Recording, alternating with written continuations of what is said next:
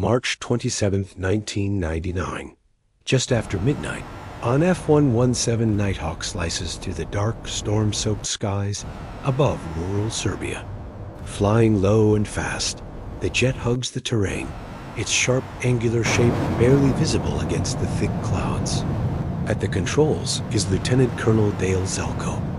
His mission tonight is both high-risk and politically explosive.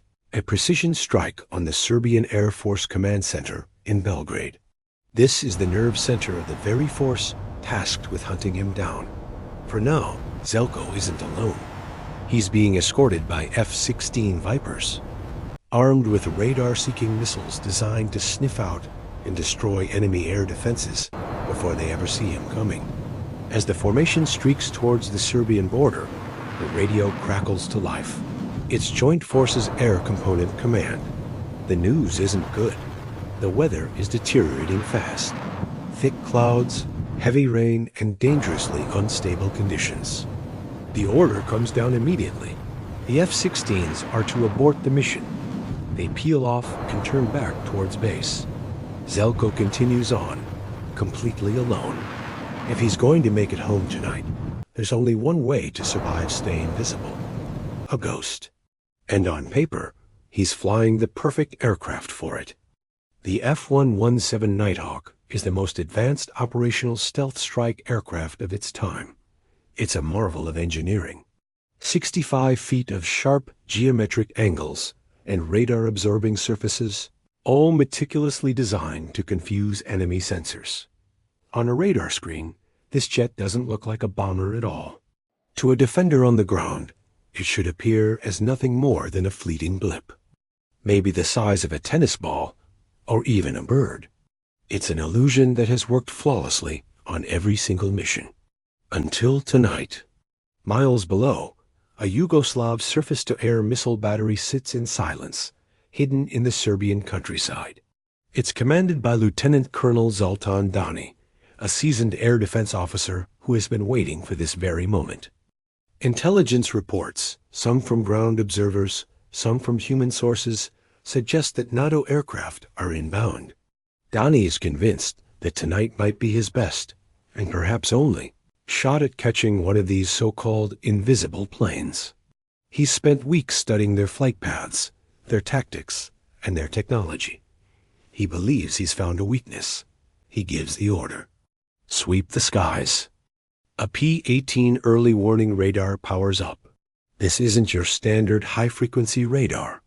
The P-18 operates at very low frequencies, using low wavelengths. The theory is that these long waves might just be able to detect the faint signature of a stealth aircraft, something modern systems would miss. But there's a huge catch. At these low frequencies, the radar also sees everything else: clouds, rain, and all sorts of atmospheric clutter. The screen instantly fills with noise. It's a chaotic mess of false targets. A technician leans in, squinting at the display. I don't see anything. There it was. A faint return. A single dot, barely moving against the sea of weather echoes on the radar screen. One tiny signal, cutting steadily right through the storm. I see it, he says. The dot is heading straight toward them. The ghost is here. The tension on the ground was suffocating. Lieutenant Colonel Zoltan Dani stared at his radar scope. His eyes locked on that faint return that just refused to disappear. Turn on the targeting radar, he ordered. The fire control system hummed to life.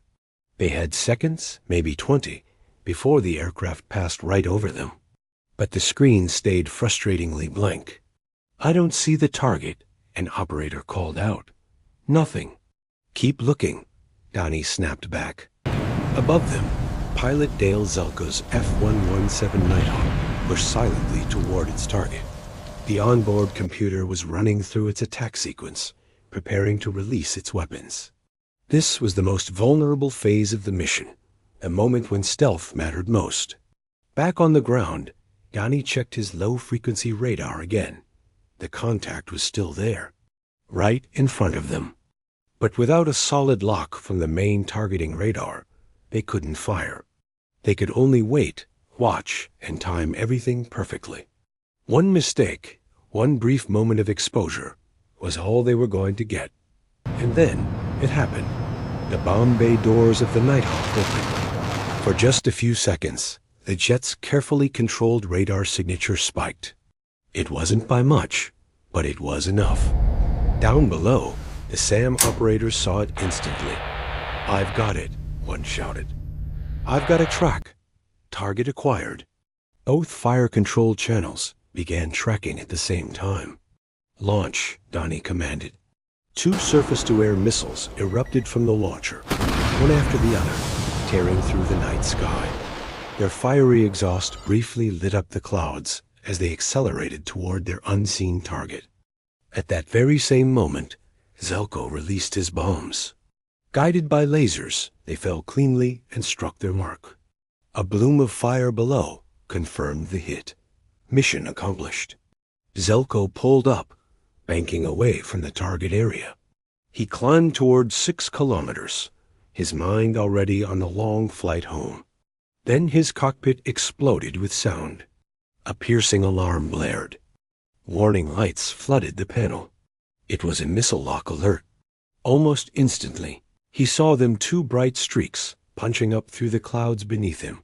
Missiles, coming straight for him. Zelko reacted without hesitation.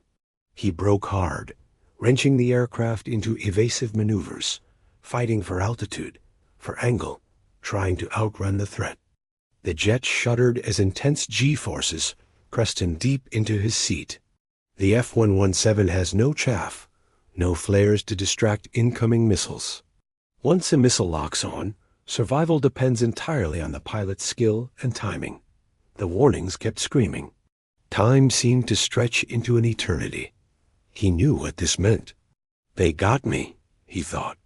These were proximity-fused missiles, designed to detonate near an aircraft, not hit it directly. The first missile flashed past his canopy, a terrifyingly near miss. For a split second, there was hope. Then, the second missile detonated. A violent burst of shrapnel ripped into the left wing. The explosion tore through the airframe, lighting up the night in a brutal orange flash. The Nighthawk was crippled. Control was gone. The aircraft snapped into a brutal, uncontrollable spin. Zelko was slammed against his restraints as extreme G-forces pinned him in place. The warning lights blurred into a single terrifying glow. Flames lit past the cockpit windows as the ground spun wildly below. He knew the truth. This aircraft was not coming back. He had only seconds to decide. Eject or die with his jet. The spin gets worse.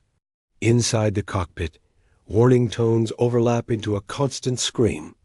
The world outside the canopy is a blur of fire, darkness, and spinning terrain.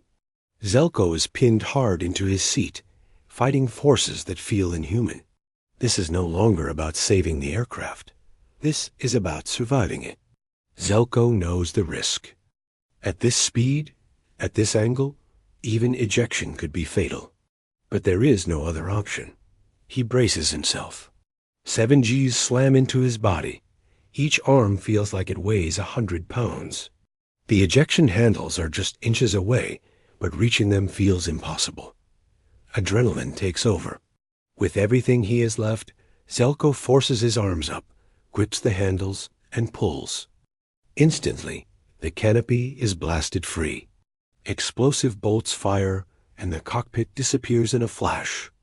A fraction of a second later, the ejection seat ignites, rocketing him upward and away from the doomed aircraft. For 1.5 endless seconds, he free falls through the night sky, still strapped to the seat. He's barely conscious, disoriented. For a terrifying moment, Zelko thinks the ejection system has failed, that he's still inside the aircraft, still falling with it. Then he feels it, a sudden, violent tug. The parachute deploys.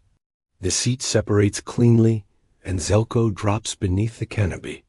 As his senses come back, he looks around and sees his F-117 burning, broken, tumbling uncontrollably into the darkness below.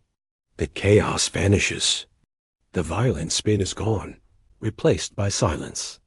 Suspended beneath the parachute, Zelko breathes heavily, taking in the impossible reality of what just happened.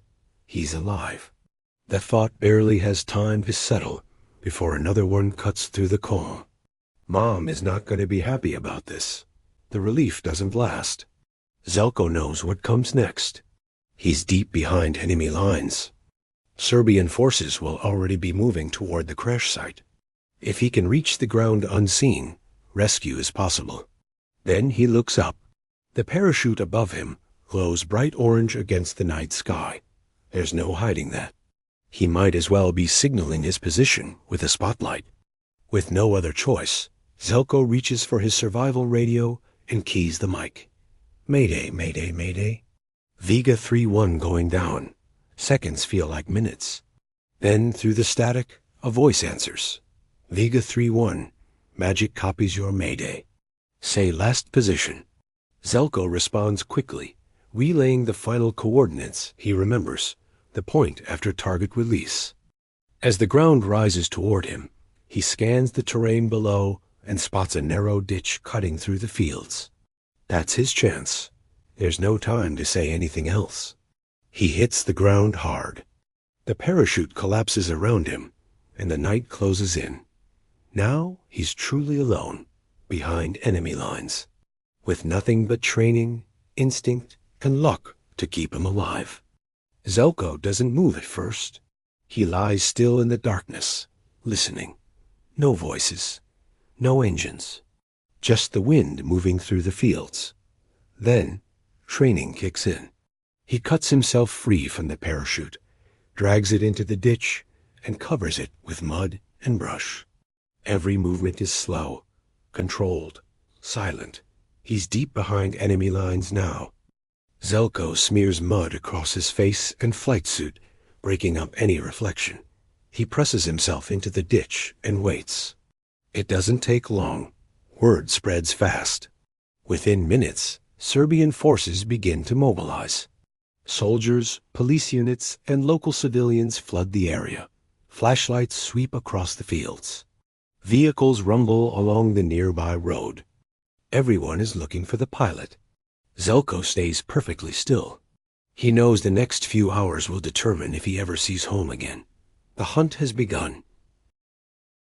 Soldiers, police units, and even local civilians flood the area, a makeshift army hunting for a single man. Beams from flashlights sweep across the fields like searchlights. Vehicles rumble along the nearby road, their engines a constant, menacing growl. Everyone is looking for him. Zelko remains completely still, his body turning to stone. Minutes stretch into agonizing hours. The cold seeps into his bones, and his muscles begin to cramp from the strain. In the dead of night, every sound feels amplified. A distant footstep, a muffled voice, the drone of an engine. Each one could mean discovery. Then he hears something much closer. A rustle in the brush, right at the edge of the ditch. Zelko slows his breathing, willing his body to become one with the mud. His heart pounds against his ribs as the sound grows louder. Panting, snuffling. A dog.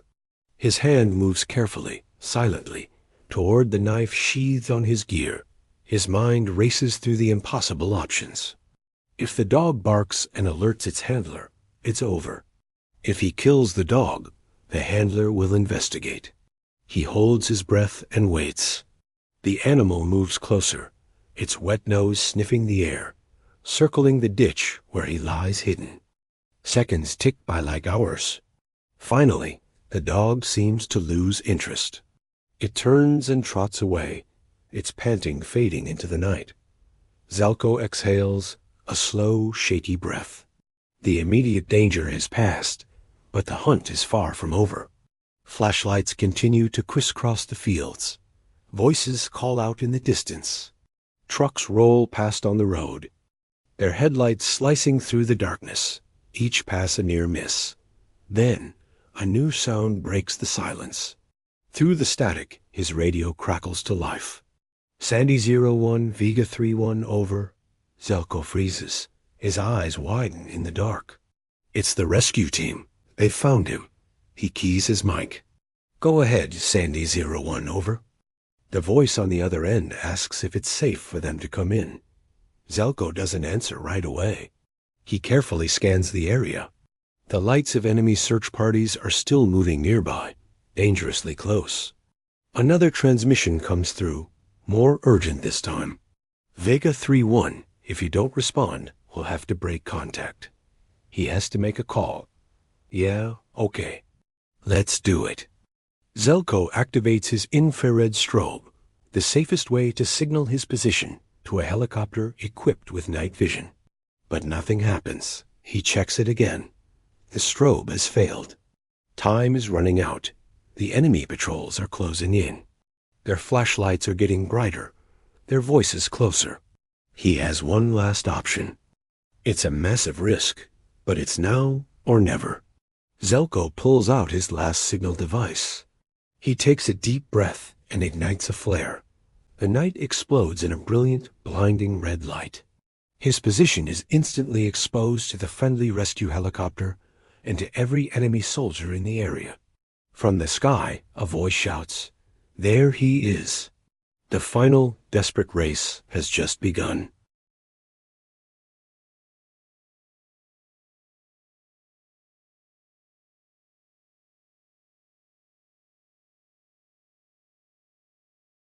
On one side, the welcome hump of a rescue helicopter's rotors grows louder. On the other, flashlights cut through the darkness. A pack of wolves closing in. He can hear shouting in the distance. Who will get to him first? Just as the helicopter seems within reach, the very thing meant to save him is now jeopardizing the entire rescue. Suddenly, the helicopter isn't just approaching. It's here. It slams down onto the field with a bone-jarring thud, the powerful rotor wash flattening the grass around him.